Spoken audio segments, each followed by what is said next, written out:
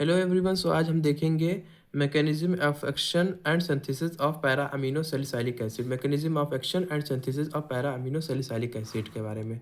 ठीक है, तो पैरा अमीनो सैलिसाइलिक एसिड क्या होता है? Para amino salicylic acid is a second line anti tubercular drug. ये second line anti tubercular drug है। It is used when first line drug are not effective due to resistant. ये जब इस्तेमाल किया जाता है जब फर्स्ट लाइन ड्रग जो है इफेक्टिव नहीं होता है, वो रेजिस्टेंट हो जाता है बॉडी में हमारे जाके।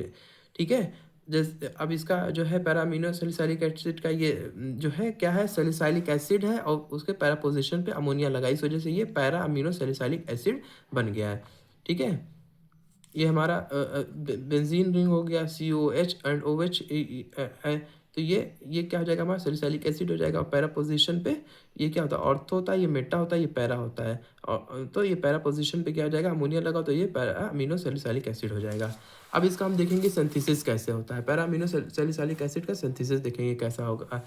तो इसमें सबसे पहले हम क्या लेते हैं, 3 नाइट्रोफिनॉल लेंगे। 3 नाइट्रोफिनॉल यानी फिनॉल रिंग लिए और हाइड्रोक्साइड फिनॉल रिंग लिए।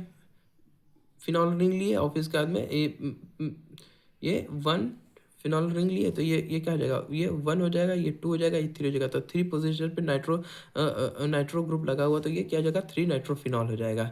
ठीक है, अब 3 नाइट्रोफिनॉल को हम CO2 at control pressure ammonium carbonate, carbon dioxide देंगे कंट्रोल प्रेशर पे और अमोनियम कार्बोनेट देंगे, तो जिससे ये क्या हो जाएगा, हमारा कन्वर्ट हो जाएगा किसमें, 2 हाइड्रोक्सी 4 नाइट्रोबेंजोइक एसिड में। किस में कन्वर्ट हो जाएगा, 2 हाइड्रोक्सी 4 बेंजोइक एसिड में। यहाँ पे ये लग जाएगा COH ग्रुप। यहाँ पे देखो, ये यहाँ पे क्या लग गया, यहाँ पे COH ग्रुप लग गया। और फिर उसके बाद में हम रिडक्शन कराएंगे, reduction in the presence of निकल एंड H2। निकल एंड H2 के प्रेजेंस में जब हम रिडक्शन कराएंगे, तो ये जो हमारा Na2 है, ये O2 कन्वर्ट हो जाएगा H2 में। ये देखिए, ये Na2 किस में कन्वर्ट हो गया, H2 में कन्वर्ट हो गया है बस। अब ये हमारा क्या हो गया, पैरा अमीनो सैलिसाइलिक एसिड बन गया। क्या बन गया हमारा, पैरा अमीनो सैलिसाइलिक एसिड। इसका सिंथेसिस बहुत आसान है पैरा अमीनो सैलिसाइलिक एसिड का। सबसे पहले हमने क्या लिया है, नाइट्रोफिनॉल लिया है। नाइट्रोफिनॉल में हमने CO2 CO2 डाला है at control pressure ammonium carbonate. ठीक है, और फिर उसके बाद में हमने CO2 डालने के बाद में ये किस में कन्वर्ट हो जाएगा, हमारा 2 हाइड्रोक्सी 4 नाइट्रोबेंजोइक एसिड में कन्वर्ट हो गया। 2 हाइड्रोक्सी 4 नाइट्रोबेंजोइक में कन्वर्ट हो गया। फिर इसका रिडक्शन कराया तो हमें ये पैरा अमीनो सैलिसाइलिक एसिड में कन्वर्ट हो गया। ठीक है, यहाँ पे थ्योरी फॉर्म में लिखा हुआ है, 3 nitrophenol is carboxylated with CO2 and ammonium carbonate. जो 3 नाइट्रोफिनॉल है, इसको हमने कार्बोक्सिलेटेड किया CO2 और अमोनियम कार्बोनेट के में at control pressure and form para nitro salicylic acid. यानी 3 नाइट्रोफिनॉल में हमने CO2 और अमोनियम कार्बोनेट को डाला कंट्रोल प्रेशर में, और फिर वो पैरा नाइट्रो सैलिसाइलिक एसिड बना, और फिर उसके बाद में उसका रिडक्शन कराया तो वो पैरा अमीनो सैलिसाइलिक एसिड बन गया। ठीक है, ईजी है बहुत। अब फिर मैकेनिज्म ऑफ एक्शन देखेंगे। अब मैकेनिज्म ऑफ एक्शन क्या है पैरा अमीनो सैलिसाइलिक एसिड का।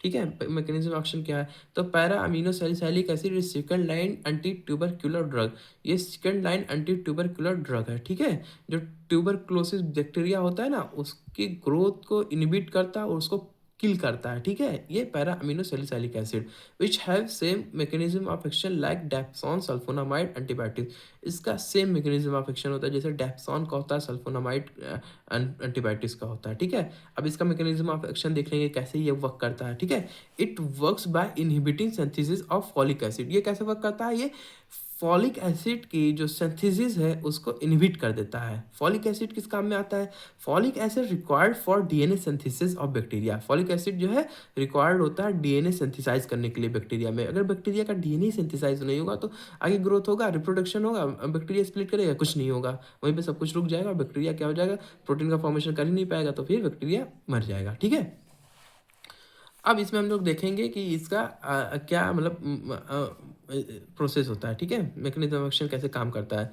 तो हमने एट्रिडीन लिया है plus para amino benzoic acid लिया है। Pteridine plus para amino benzoic acid जो है कन्वर्ट होता है डाईहाइड्रोफोलिक एसिड में, डाईहाइड्रोक्टीरेट सिंथेस एंजाइम के प्रेजेंस में किस में कन्वर्ट हो जाएगा, डाईहाइड्रोफोलिक एसिड में कन्वर्ट हो जाएगा। ठीक है, अब डाईहाइड्रोफोलिक एसिड से ये किस में कन्वर्ट होगा, टेट्राहाइड्रोफोलिक एसिड में कन्वर्ट होगा। टेट्राहाइड्रोफोलिक एसिड में कन्वर्ट होगा in the presence of dihydrofolate reductase. Dihydrofolate reductase के प्रेजेंस में ये टेट्राहाइड्रोफोलिक एसिड में कन्वर्ट होगा।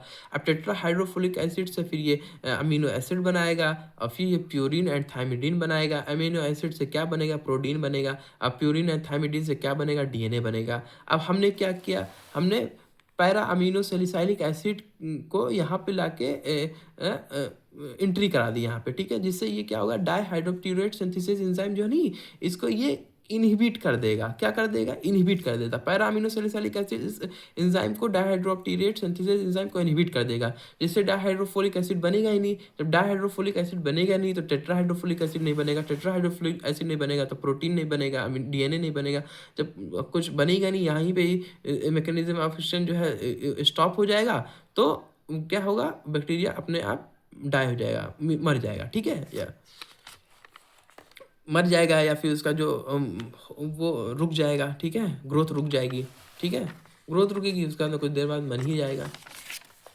ठीक है, आई थिंक आपको समझ में आ गया हमने क्या देखा। सबसे पहले पैरा अमीनो सैलिसाइलिक एसिड का डेफिनेशन देखा, क्या होता है। ठीक है, और फिर उसके बाद में उसका स्ट्रक्चर देखा। स्ट्रक्चर देखने के बाद में फिर हमने सिंथेसिस देखा कि कैसे सिंथेसाइज किया गया है। 3-नाइट्रोफिनॉल में हमने CO2 और अमोनियम कार्बोनेट कंट्रोल प्रेशर में डाला है, जिससे ये क्या बन गया था, 2-हाइड्रोक्सो-4-नाइट्रोबेंजोइक एसिड बन गया था। फिर इसके बाद में इसका हमने रिडक्शन करा दिया, जिससे हमारा पैरा अमीनो सैलिसाइलिक एसिड बन गया। उसके बाद में हमने इसकी थ्योरी देखी है, मतलब थ्योरी फॉर्म में देखा कि कैसे क्या काम किया है, जो हमने अभी बताया है, सिंथेसिस। ठीक है, अब फिर इसके बाद में हमने इसका मैकेनिज्म ऑफ एक्शन देखा। मैकेनिज्म ऑफ एक्शन में क्या है कि ये क्या करता है, इनहिबिट करता है synthesis of folic acid. Folic acid की सिंथेसिस को क्या कर देता है, ये इनहिबिट कर देता है। फिर इसके बाद में इसका मैकेनिज्म ऑफ एक्शन में देखा है कि कहाँ पे इनहिबिट करता है, कौन से एंजाइम को इनहिबिट करता है, डाईहाइड्रोक्टिरेट सिंथेसिस एंजाइम को इनहिबिट करता है, जिससे फिर उसके बाद में आगे जो भी है प्रोसेस सब कुछ रुक जाता है, जिससे प्रोटीन और डीएनए बनेगा ही नहीं। जब प्रोटीन और डीएनए बनेगा नहीं तो फिर आगे कुछ नहीं हो पाएगा, वहीं पे बैक्टीरिया की ग्रोथ रुक जाएगी और कुछ देर के बाद में बैक्टीरिया मर जाएगा। ठीक है, थैंक यू।